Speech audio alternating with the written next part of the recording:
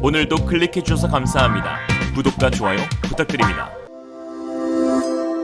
Realism. 코로나로 인한 경제 위기가 시진핑의 장기 집권 꿈을 좌절시킬 수 있다. 중국의 미국 추월 꿈이 멀어지고 있다. 최근 중국을 향한 세계적인 전문가들의 일관된 분석은 머지않아 중국의 끝이 보인다는 것입니다. 지난 3월 주드 블랑셰트 미국 전략국제문제연구소 중국 석좌는 앞으로 2030년까지 중국이 직면할 대외 안보 환경은 매우 비관적이다 라고 밝혔습니다. 특히 중국 당내부에서 심상치 않은 움직임이 포착되고 있는데요. 시진핑과 그의 핵심 측사인 왕후닝이 동반 몰락할 수 있다는 관측이 나온 것입니다. 왕후닝은 지금의 중국의 모양을 갖추게 한 시진핑의 브레인입니다.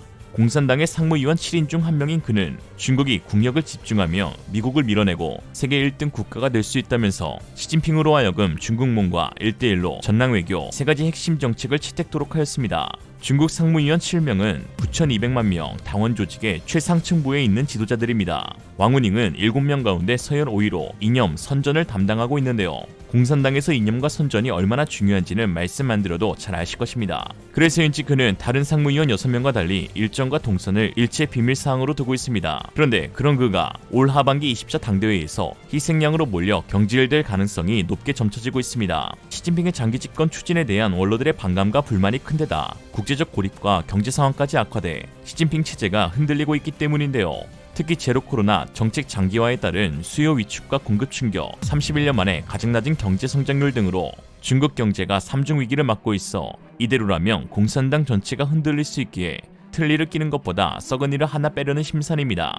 현재 상하이, 선양, 청두, 텐진, 시안 등 주요 대도시들의 봉쇄로 중국인들의 한계가 극에 달해 있는 시점에 이념과 선전을 맡은 왕후닝은 시진핑 창가 홍보를 하고 있는 상황인데요. 당국이 콘텐츠 유통 알고리즘을 장악한 상황에서 더우인 웨이보 등 중국 소셜미디어에서는 정부 지원 식품 전달 장면, 상하이에 도착한 전국 각지 의료진 버스 행렬 등 긍정적 에너지를 고양하는 콘텐츠가 전면을 차지하고 있습니다. 영상은 하나같이 국뽕이 생길 것만 같은 배경음악을 입히고 우수한 자국의 방역 시스템을 자랑합니다. 이거 완전 리얼리즘과 똑같네 라고 하실 수 있지만 개인과 국가는 엄연한 차이가 있죠. 정부 주도의 국뽕 영상에도 불구하고 사직의 현장, 시민항의 시위 현장, 체포되는 영상 등 부정적인 모습을 담은 동영상이 최근 인터넷을 통해 급속히 퍼져 오히려 역풍을 받고 있는 상황인데요.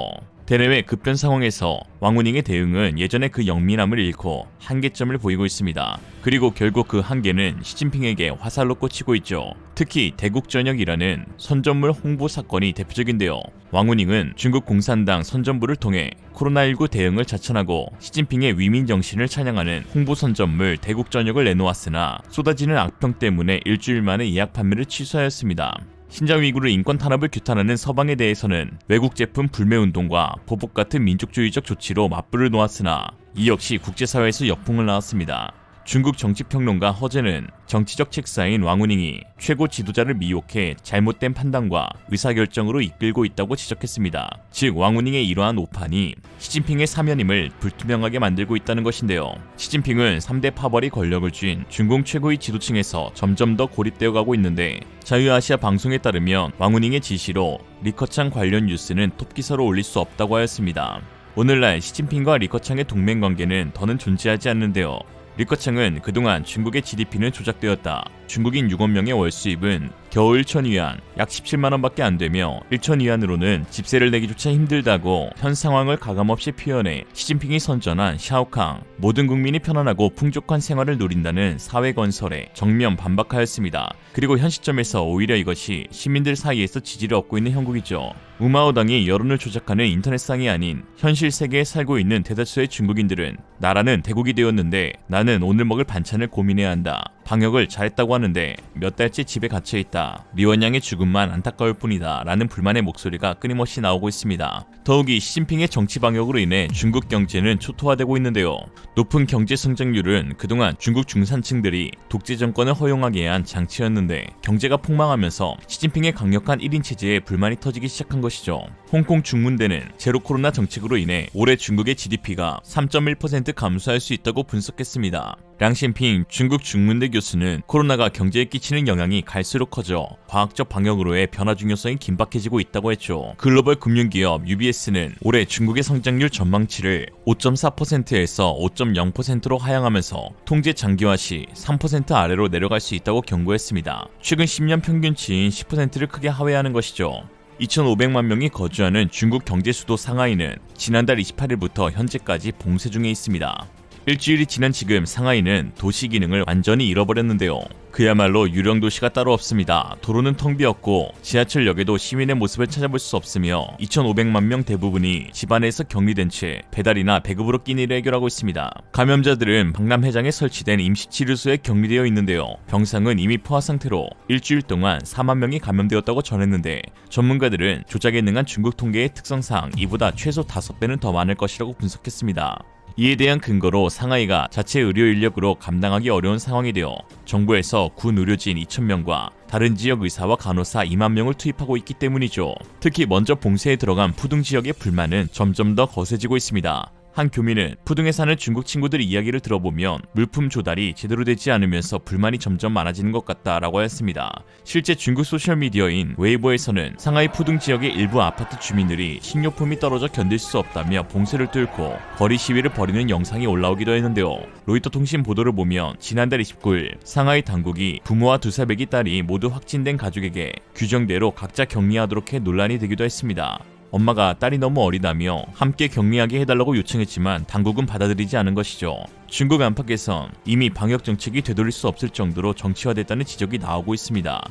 시진핑의 사면임을 결정하는 공산당 20차 당대회가 가을에 열리기에 그 전까지 강력한 통제 정책을 이어갈 것이라는 관측이죠. 이에 시진핑이 또 하나의 자충수를 두었는데요. 바로 비난의 대상을 자신이 아닌 한국으로 돌린 것입니다. 한국산 의류를 코로나19 감염원으로 지목해 논란이 일고 있습니다. 지난 3일 중국 포털 사이트 바이두에는 상하이 지린성 감염자와 한국 수입 의류 연관성이란 내용의 검색어가 인기 검색어 2위를 차지했습니다. 이 같은 황당 주장의 출처는 랴오닝성 다렌시와 장수성 창수시 방역당국의 발표를 인용해 보도한 건강시보였는데 이 매체는 중국 공산당 기관지 인민일보 산하 매체입니다. 한마디로 시진핑의 생각을 대변해주는 입이라고 봐도 무방하죠. 건강시보는 다렌시 보건당국을 인용해 전날 한국산 수입 의류 판매점 직원이 오미크론 변이에 감염됐고 그가 판매하던 의류와 포장지에서 양성 반응이 나왔다고 보도했습니다. 이에 다렌시도 코로나19에 오염된 수입품에 노출돼 감염됐을 가능성을 배제할 수 없다고 덧붙였는데요. 창수시 역시 전날 확진자의 자택 옷장에 보관돼 있던 4벌의 한국 티셔츠에서 코로나19 양성 반응이 나왔다며 다른 환경이나 밀접 접촉자는 모두 음성 판정을 받았기 때문에 이번 감염은 온라인에서 한국 의류를 구매한 것과 관련이 있다고 억지 주장을 부렸습니다. 참 가지가지하죠. 세계보건기구와 미국 질병통제예방센터는 오염된 물건이나 포장지 등을 만져 코로나19에 감염될 가능성을 낮게 보고 있는데요. 아니 그렇다 해도 가져와서 나르고 판매하는 사람들은 모두 중국인인데 참 황당합니다. 그러면서 중국 방역당국은 운송된 택배들의 방역을 하는 영상을 만들어 시민들의 눈을 가리고 있는데요.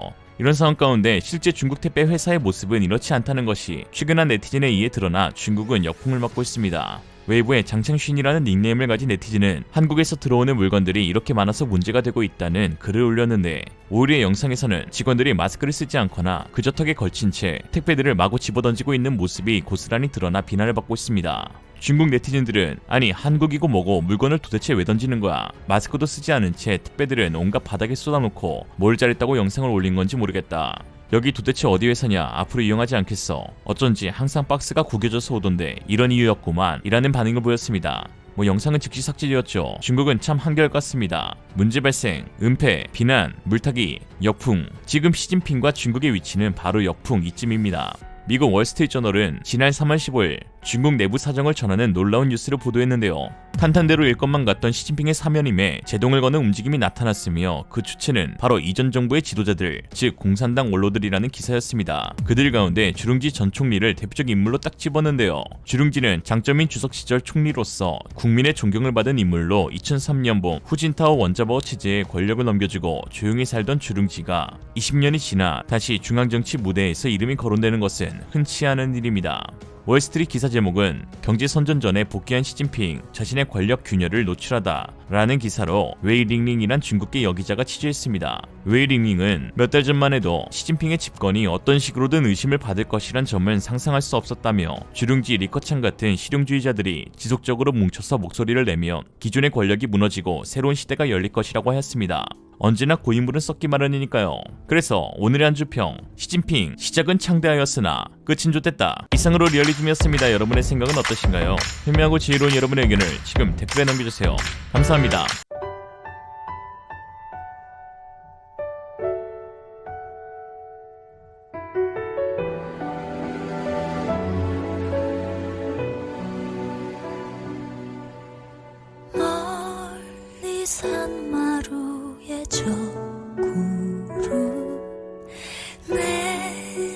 맘속에 머문 그때 언제 여기까지 나온 건지 더는 숨길 수 없는데 일렁이는 가슴에 나도 모른 채로